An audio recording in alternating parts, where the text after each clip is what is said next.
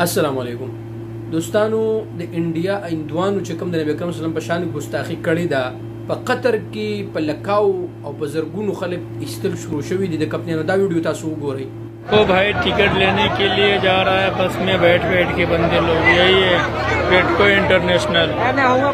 ये देखो कितना ज़्यादा आदमी है, कमती में तो 7,000 से ऊपर बंदे होगा भाई इधर। ये देखो जी دوستانو دا ویډیو په قطر کې د یو کپنۍ ده چې په دې کپنۍ کې په زرګونو هندوان کار کوي او الحمدلله ټول عرب متفق شوي دي په دې باندې چې هر څه کوو خو د نبی اکرم صلی الله علیه وسلم په شان کې ګستاخی نه منو که زموږ سر په دې باندې ولې نه ځي او د هر مسلمان دا ایمان دی چې فداک ابي و امي یا رسول الله صلی الله علیه وسلم زما مور پلار او زما هر سره د نبی اکرم صلی الله علیه وسلم په ناموس باندې قرباني لیکن ما زما د سومو ویډیو د په دې باندې دوستانو دا د نارو خبره نه ده ګورئ مونږ تاسو له اوس په کار دا چې مونږ تاسو خپل بچو ته دا وښیو چې د نبی اکرم صلی الله علیه وسلم هر څه کولی شو خو د نبی اکرم صلی الله علیه وسلم په ناموس باندې هیڅ کمپرومایز نشو کولی ګوره تیر چې کوم د عمران خان حکومت و په هغه کې دا یو ښه کار شوی و چې د پرایم منسټر په حکم باندې دا چې یاره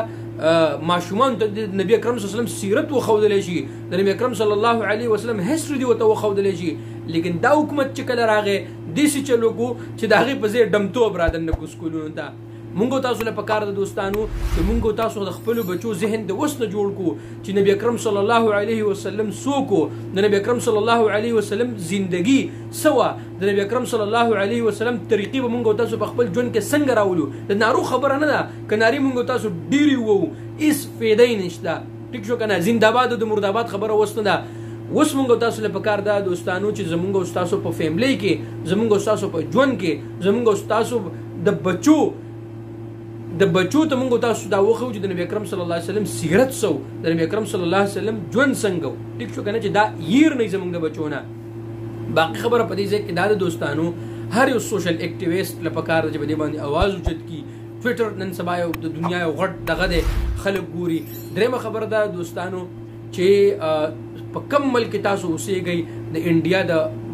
مصنوعاتو نه بایکاټ وکړئ رازق الله دی ان شاء الله چې یو ریال او یو روپۍ او یو حلاله فایده تاسو هغې ته ونرسوئ الله رب العالمین دی زمونږ استاسو د نبی اکرم صلی الله علیه وسلم شفاعت نصیب کړي او الله رب العالمین دی زمونږ استاسو نه هغه کار واخلي هغه لفظ زمونږ استاسو زمونږ د خولې نه وباسي چې هغه زمونږ استاسو د شفاعت ذریعه وګرځي د قیامت په میدان کې الله رب العالمین دی زمونږ استاسو ناراضي شي او الله رب العالمین تبا کړي هغه خلک کوم چې د نبی اکرم صلی الله علیه وسلم پسې خبرې کوي کوم چې د نبی اکرم صلی الله علیه وسلم ګستاخی کوي او ان شاء الله دا به نشان عبرت ګرځي الله رب العالمین زموږ استادو په اخر وخت کې او د مرګ په وخت کې دا کلمه نصیب کړي چې لا اله الا الله محمد رسول الله صلی الله علیه وسلم.